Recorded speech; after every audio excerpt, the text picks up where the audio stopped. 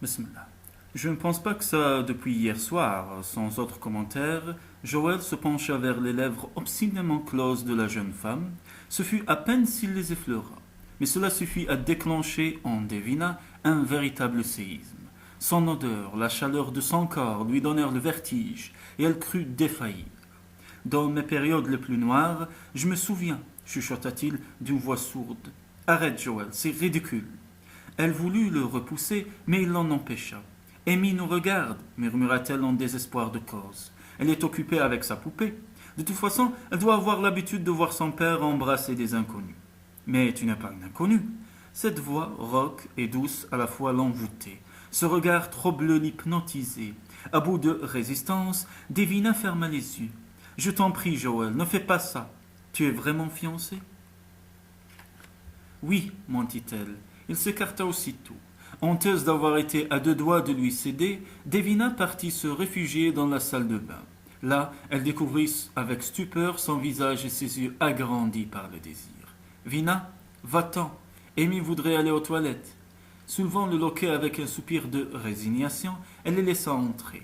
Ça y est, annonça gaiement la petite fille, inconsciente de ce qui se passait. Davina voulut refermer la porte, mais Joël la retint avec le pied. Ne m'en veux pas, Davina, dit-il sans la quitter des yeux. Incapable de lui répondre, elle accepta son excuse d'un hochement de tête. Elle venait de comprendre ce qui rendait Joël Gilman si dangereux. C'était sans aucun doute cette capacité étonnante à passer sans transition de l'arrogance à l'humilité, désarmant comme par magie l'ennemi le plus féroce. Ce n'est pourtant qu'un homme, se dit-elle, furieuse de s'être laissée berner par son tour de passe-passe. Alors, pourquoi se cachait-elle dans la salle de bain en tremblant comme une feuille? Sans doute parce que, au fond d'elle-même, Davina savait qu'il avait tout pouvoir sur elle. Jamais elle n'avait oublié l'intensité de leur unique nuit. Et quelle femme l'aurait pu? Plus que du désir ou de l'amour, elle avait découvert dans les bras de Joël une sensualité vibrante, quasi animale. Quand ils s'étaient quittés, elle s'était dit qu'elle éprouverait la même plénitude avec n'importe quel homme. Mais en croisant Paul, peu après dans la rue, elle avait mesuré l'étendue de son erreur. Jamais personne n'éveillerait en elle pareille explosion d'essence. Bouleversée par cette découverte, Davina avait alors ressenti de la honte et avait préféré enfouir cet événement regrettable dans un recoin de sa mémoire. Depuis, elle vivait comme une autruche, la tête dans le sable, refusant la moindre idée, décourageant ses soupirants en premier signe équivoque. Et voilà qu'aujourd'hui elle se prenait à rêver d'amour et de famille avec un homme qui ne convoitait que son corps. D'ailleurs, pour quelle raison Joël s'acharnait-il sur elle? Pour se venger de la façon dont elle s'était servie de lui? À moins qu'il n'ait deviné combien elle était vulnérable et qu'il n'ait envie de jouer au chat et à la souris. Une moue de dérision au coin des lèvres, la jeune femme secoua la tête. Quelle importance, après tout? Elle n'avait pas l'intention de succomber une seconde fois et le beau M. Gilman perdait son temps. Malgré ce raisonnement à toute épreuve, Davina s'attarda plus que nécessaire dans la salle de bain, tant elle redoutait de le revoir. Lorsqu'elle eut à peu près recouvré ses esprits, elle passa dans sa chambre et troqua ses vêtements contre un tailleur bleu marine. Sa chevelure flamboyante, retenue par un foulard de soie bigarrée, elle se sentait prête à affronter le plus acharné des séducteurs. Assis par terre, ses longues jambes nonchalamment croisées, Joël faisait semblant de donner le biberon à Dolly. Sous le regard attentif de sa fille, agrippée à son dos. Émue par l'insouciance de cette scène, par ce bonheur tranquille qui semblait à portée de main, Davina sentit un nœud se former dans sa gorge. Dolly est très vilaine, lui expliqua Joël avec le plus grand sérieux. Si elle continue, elle ira se coucher sans avoir fini son biberon. Son biberon, renchérit Amy avec son petit hochement de tête habituel. Davina lut une telle adoration dans le regard de la petite fille que son cœur se serra. Que n'aurait-elle donné pour avoir elle aussi le droit d'aimer quelqu'un sans réserve? Où a lieu ta conférence? Demanda Joël. Tout près d'ici. Et tu en donneras encore beaucoup d'autres? Non, c'est la troisième et la dernière, en Espagne tout au moins. Dans ce cas, je t'accompagne. Il lui décocha un petit sourire amusé et profita de ce qu'Amy ramassait sa poupée pour lui susurrer. Tu es une vraie femme maintenant, je te trouve magnifique. Merci du compliment, rétorqua Davina d'un ton aigre. Ravi d'avoir fait mouche, Joël éclata d'un rire juvénile. Dans quel hôtel êtes-vous descendu demanda-t-elle pour mettre un terme à cette crise d'hilarité. Quelle question? Au Grand Hôtel. Mais bien sûr, avais-je la tête, ironisa Davina. Il te faut toujours le nec plus ultra. En effet, n'est-ce pas, Amy? La petite fille hocha la tête. Il y a même une garderie, précisa-t-elle avec fierté. Vraiment, pourquoi ne? Seulement le soir, ajouta Joël. Irrité par son ton moqueur, Davina attrapa sa veste et sortit dans la rue sans un mot. Amy et Joël lui emboîtèrent aussitôt le pas. Combien de temps dure ta conférence demanda Joël. À peu près 1 heure. Tu parles espagnol? Non, mais j'ai un interprète, et je ne vois pas ce qu'il y a de drôle, acheva-t-elle en surprenant son sourire. Pardonne-moi, dit Joël, mais ton air de conférencière tiré à 4 épingles est tout bonnement irrésistible. Muette de fureur, Davina le gratifia d'une œillade assassine, puis se hâta vers la salle de conférence pendant qu'il rejoignait son hôtel.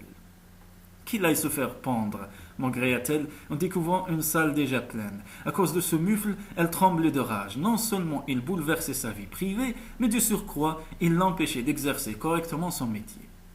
Par bonheur, l'habitude aidant, Davina se reprit vite et s'exprima avec son éloquence et son enthousiasme habituels.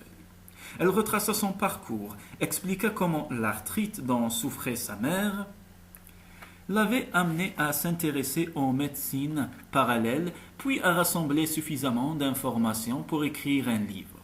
Son champ d'investigation s'élargissant au fur et à mesure de ses découvertes, elle avait alors publié un second livre et décidé de se consacrer à cette étude. Pour conclure, Davina évoqua les dernières découvertes en matière de médecine douce et invita l'assistance à lui poser des questions.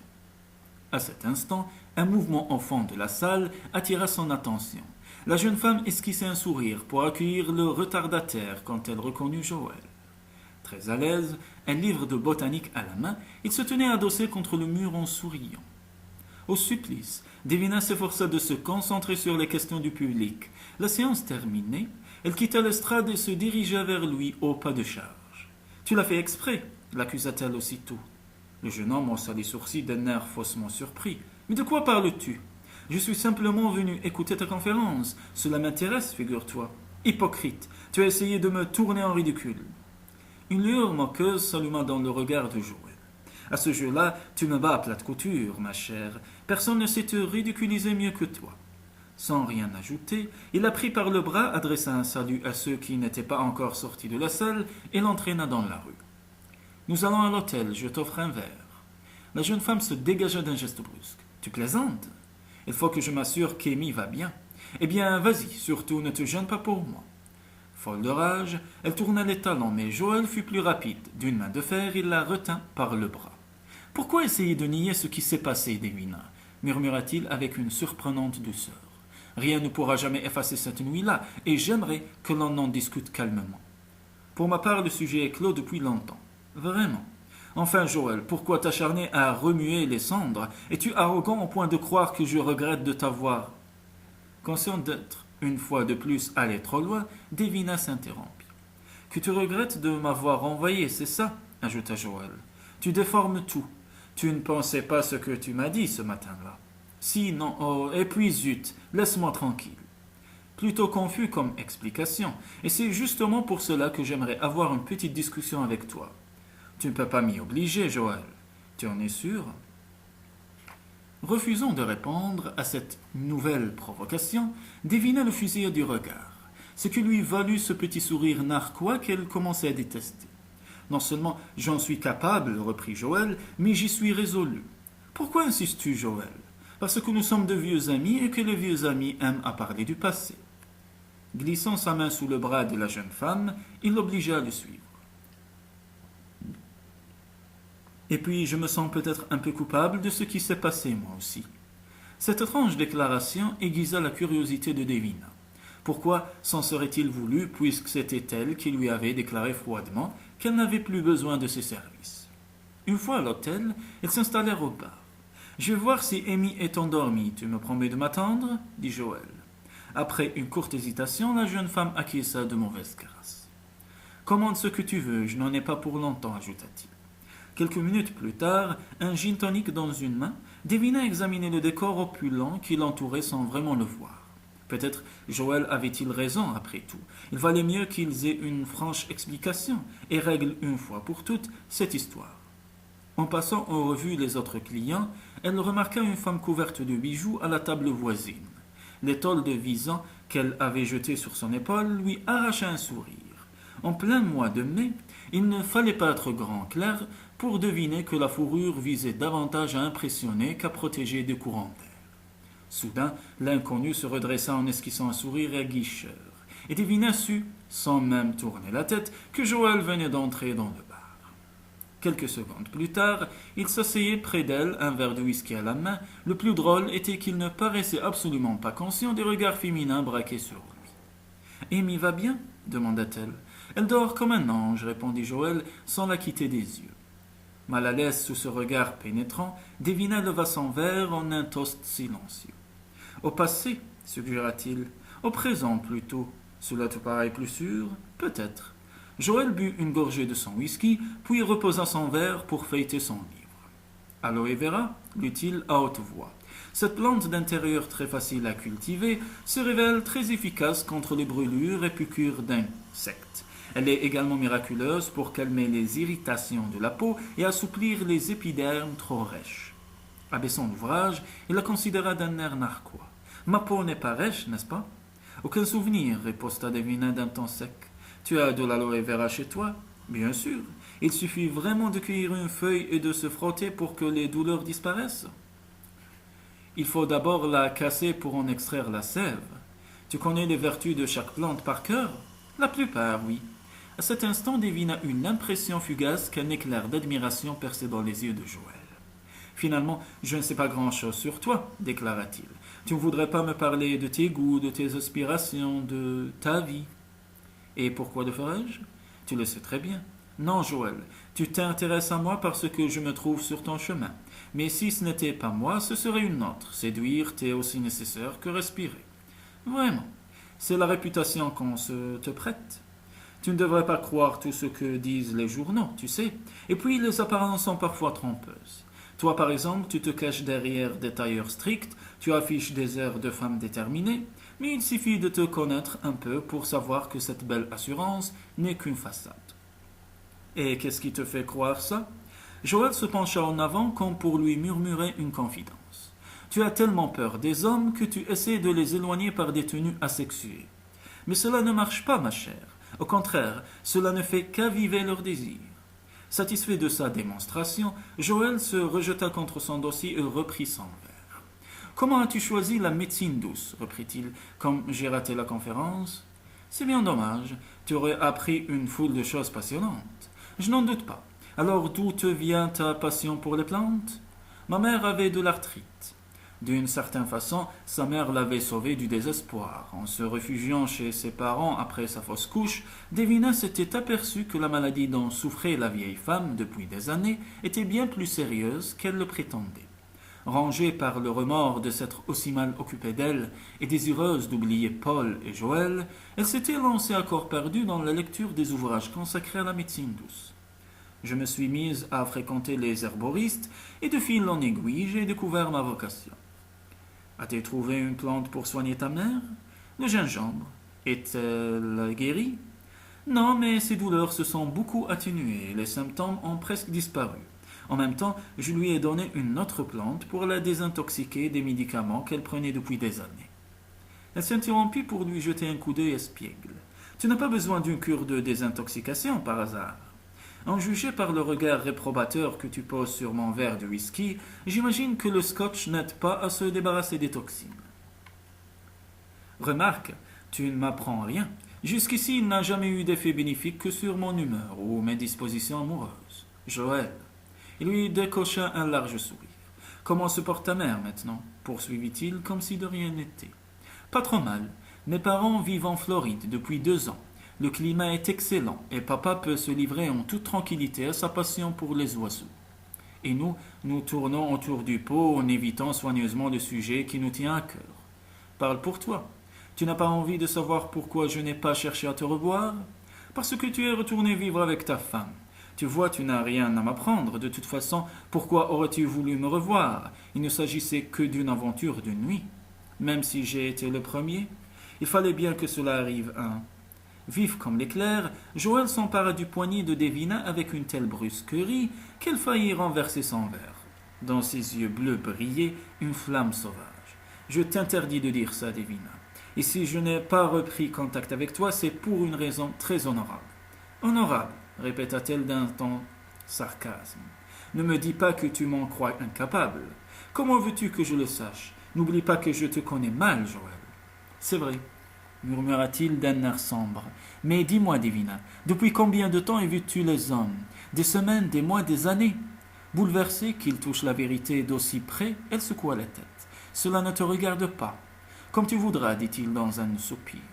Puis il se tut un moment, avant de reprendre comme pour lui-même. Parfois, je suis possédé par une sorte de démon, une force obscure et incontrôlable qui m'incite à me comporter comme un rustre. C'est faux, s'exclama Davina sans réfléchir. C'est ce que les gens attendent de moi. En tout cas, quand j'arrive dans une soirée, il y a un brouhaha excité. Comment va-t-il se conduire ce soir? Va-t-il rouler ivre-mort sous la table ou provoquer un esclandre? Il a suffi que je sois mêlé une seule fois à un scandale pour que la réputation de fauteur de trouble me colle à la peau. Tu n'imagines pas le nombre de fausses rumeurs dont on m'abreuve. Comme d'être un coureur de jupons. Cela aussi fait partie du personnage Gilman. Et c'est injustifié? En grande partie, oui. Je n'aurais même pas eu le temps matériel de mener de front toutes les liaisons qu'on me prête. Il s'arrêta soudain et plongea ses yeux dans ceux de sa compagne. Dis-moi, Davina, qu'espérais-tu cette nuit-là? Déconcertée par la soudaineté de cette question, elle mit quelques secondes à répliquer. Rien, Joël, rien du tout. Tu voulais te venger de Paul, n'est-ce pas? Un soupir de lassitude échappa à la jeune femme. En quelque sorte, je cherchais sans doute à exorciser la blessure de sa trahison, à le blesser comme il m'avait blessé. Et comme j'étais connu, tu as jeté ton dévolu sur moi en pensant que cela reviendrait aux oreilles de Paul. Oui, je ne sais pas, inconsciemment peut-être. En réalité, Davina avait choisi Joël d'instinct. Son incroyable magnétisme l'avait attiré malgré elle, et qu'il soit expérimenté lui avait laissé croire qu'il ne verrait dans leur brève idylle qu'une banale passade. Nous aurions pu ne pas nous rencontrer hier soir, murmura-t-elle pensivement. C'est vrai, mais le destin nous a fait nous retrouver, et j'ai eu envie de toi à la minute où je t'ai vue, Davina. Tu es une femme merveilleuse, tu sais, une femme que la plupart des hommes voudraient tenir dans leurs bras. Alertée par une note étrange dans la voix de Joël, Davina eut l'intuition qu'il lui avait menti.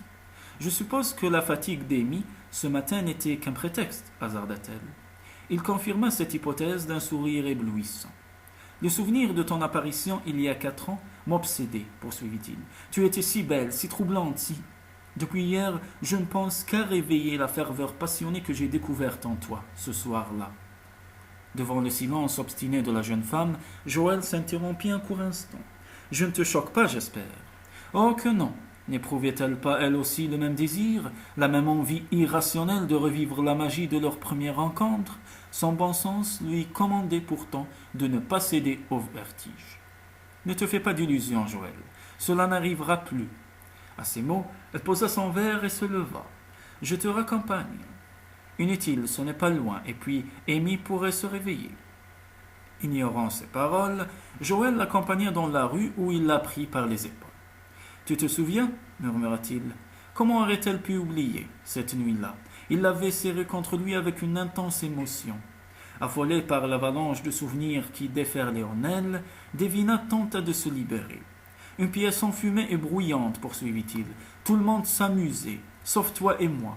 Nous étions chacun à un bout de la salle, adossés contre le mur. Chaque fois que les danseurs s'écartaient, le regard se nouait, rivés l'un à l'autre par une force aussi puissante que mystérieuse. Puis, Joël était sorti de la pièce et elle l'avait suivi. Il s'était alors tourné vers elle sans la moindre surprise, avait passé son bras autour de ses épaules et l'avait emmenée chez lui. C'était quelques semaines après le Nouvel An, murmura Davina, presque malgré elle. Le soir où tu aurais dû partir en voyage de noces, précisa-t-il. Davina ne se rappelait pas lui avoir révélé ce détail. Elle se souvenait en revanche du mince halo de brume qui encerclait la lune, quand ils s'étaient accoudés côte à côte sur le pont, fascinés par les reflets argentés du fleuve.